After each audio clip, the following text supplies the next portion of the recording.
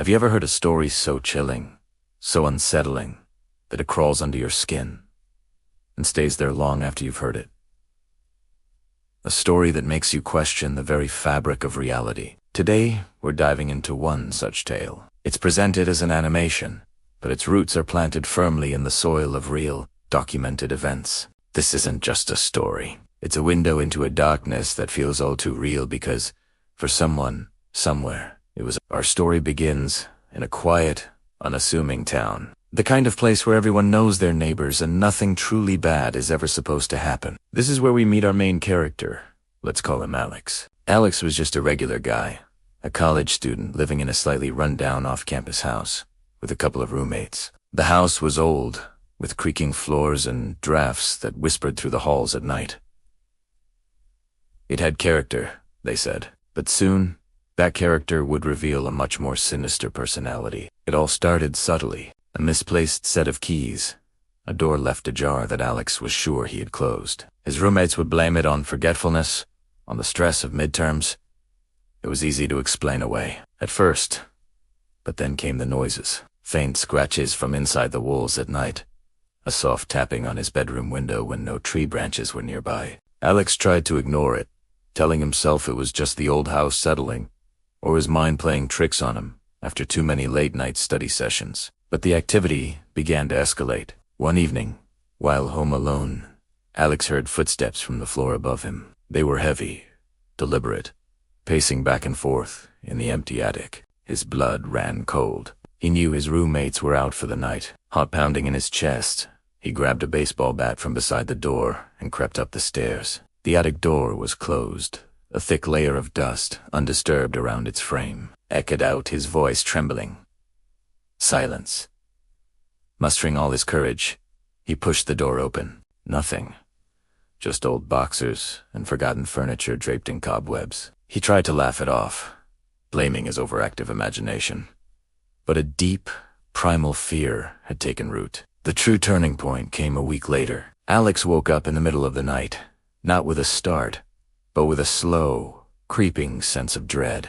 The air in his room was heavy and cold. He felt a pressure on his chest, as if someone was sitting on him. He tried to move, to scream, but he was completely paralyzed. His eyes darted around the moonlit room, searching for an intruder. And then he saw it. A figure, tall and gaunt, standing in the corner of his room. It was nothing more than a silhouette, a void in the darkness.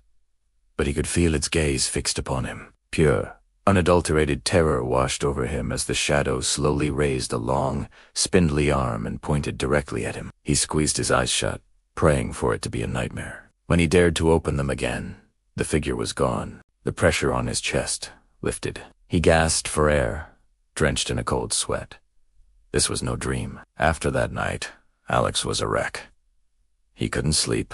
He couldn't eat. He tried telling his roommates, but they looked at him with a mixture of pity and concern, suggesting he was overworked. Desperate, he started researching the history of the house. What he found chilled him to the bone. Decades earlier, the house had been owned by a reclusive man who had disappeared under mysterious circumstances. Neighbors had reported strange chanting and odd smells coming from the house. Before he vanished, the police found the house empty, except for strange symbols painted on the attic floor. The same attic where Alex had heard the footsteps. The phenomena became more aggressive.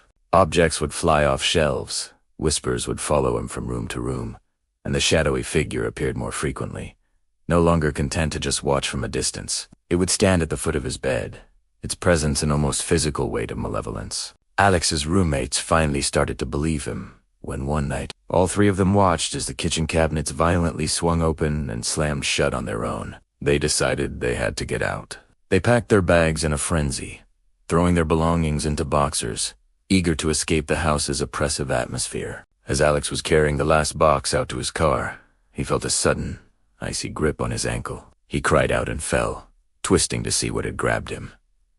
There was nothing there. But when he looked back towards the house, he saw it one last time. The shadowy figure was standing in his bedroom window, watching him leave. It didn't move. It didn't gesture. It just stood there.